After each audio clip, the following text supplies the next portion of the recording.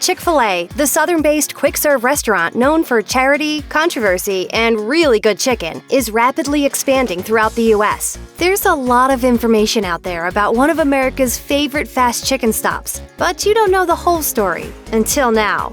The surprising bestseller. Can you guess what the top-selling item is at Chick-fil-A? And stop right there. Wrong. It's the waffle fries. Sounds insane, right? But look at it this way. What is offered with every combo meal? Sure, you can substitute that kale thing or some other side, but let's be real. How many people can head to a fast food joint of any kind and resist the fries? The French fries are pretty good. French fried potatoes? Yep, French fries. That might have been a bit of a trick question. So how about this one? Which main menu item sells the best? It shouldn't come as too much of a shock, but the most popular chicken item at Chick-fil-A is the original chicken sandwich. Thanks in part to all the options, it beats nuggets hands down. There's nothing like the old, reliable, original chicken sandwich for countless customers. Barbecue sauce failure. Chick-fil-A might have thought a change to their barbecue sauce in 2016 would go over pretty well, but people had, well, strong opinions about the switch from original to smokehouse. Someone console me. Chick-fil-A changed their barbecue sauce and my life is ruined. So sad.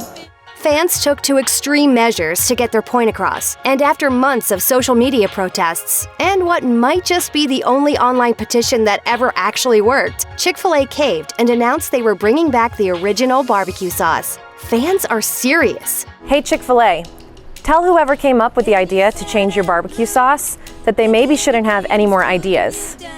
Ouch. Quick cooking. So what's the secret to Chick-fil-A? How do they make delicious chicken happen so fast? Fortunately for fans, Chick-fil-A President Dan Cathy spilled the beans on the real trick to how they get it done and just how they stumbled on the quick cooking idea. The Dwarf Grill was the original restaurant of Chick-fil-A founder Truett Cathy, and they started out serving workers on their break from the nearby Ford plant. Workers didn't have a lot of time to wait around for chicken to fry up for 15 minutes, so they developed a method of pressure cooking the chicken, then serving it up on a bun. They not only created what Cathy says was the first chicken sandwich, but it got everyone in and out quickly, was tasty, and was an absolute win. It takes about 4 minutes to cook up a Chick-fil-A sandwich, and that's the same method they still use today. Has being anti-LGBT hurt? The biggest court in the land is the Court of Public Opinion and Social Media. And in June 2018, Twitter CEO Jack Dorsey fell afoul of it when he tweeted an image that implied he ordered Chick-fil-A during LGBT Pride Month. Dorsey apologized, of course, and that's just one instance of outrage frequently directed at the notoriously conservative chain. So are they hurting their business by being so public about their personal views? The short answer is no. Sales have almost doubled since 2012, the year Chick-fil-A's anti-gay marriage backing became national news. Calls went out for Chick-fil-A protests and boycotts, but that press attention may have worked in their favor. It's possible that people who had never visited a Chick-fil-A became curious what the place was about and discovered a food they liked in the process. Meanwhile, President Dan Cathy has tried to take the sting out of some of the worst of his statements and says he's not the hate monger he's made out to be. I've been able to reach out to people in the gay community and sit down and have some incredibly wonderful dialogue with them. Chick-fil-A hamburgers. Don't tell the cows, but you can order a hamburger at a few Chick-fil-A's. How can they stoop to such dirty marketing deeds? Well, technically, it's not a Chick-fil-A, but it kinda is. Truett Cathy opened his first questionably named Dwarf Grill in 1946, later renamed it Dwarf House, and in case you're wondering, they all come complete with a tiny little door. The Hapeville, Georgia location still exists today with a Chick-fil-A appendage on the original restaurant, and it's just one of 11 locations in the Atlanta area. And yes, the Dwarf House was one of many diners in the South boasting a full-service menu. To the dismay of the Chick-fil-A cows, the traditional diner fare included hamburgers, and it still does. Can we keep this one quiet? Franchisees don't get rich.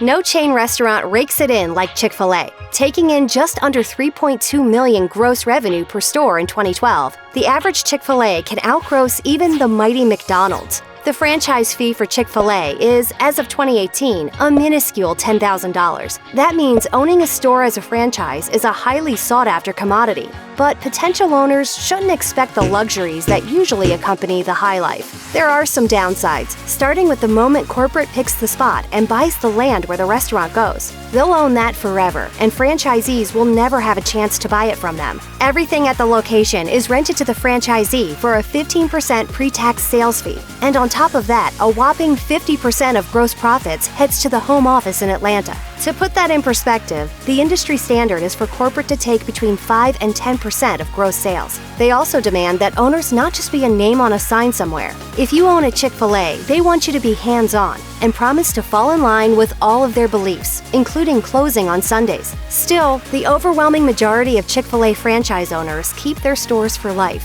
even though they won't spend those lives as millionaires. Will they go public? Investors might be creating the chance to get their hands on some Chick-fil-A stock, but the Cathy family has steadfastly maintained that just ain't gonna happen. No! God, please, no! No!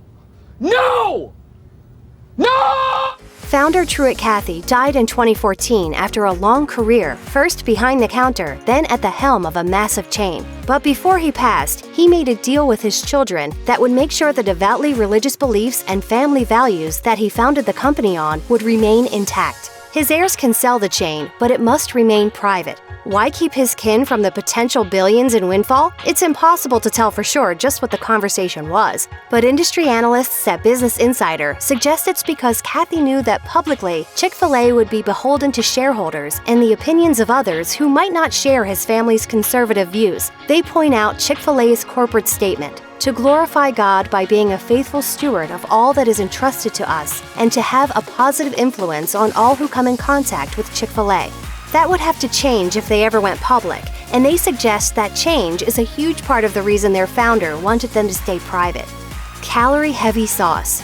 It's not unheard of for people to squirrel away a few packets of Chick-fil-A sauce to apply to their own home cooking. There are copycat recipes available, but let's be honest, they're never quite the same, are they? A word of warning though, before you go and crank up your own homemade awesomeness with a pack or two of the real deal, you might want to consider investing in an elliptical. A solitary, tiny little 1-ounce packet of Chick-fil-A sauce is a whopping 140 calories. All American.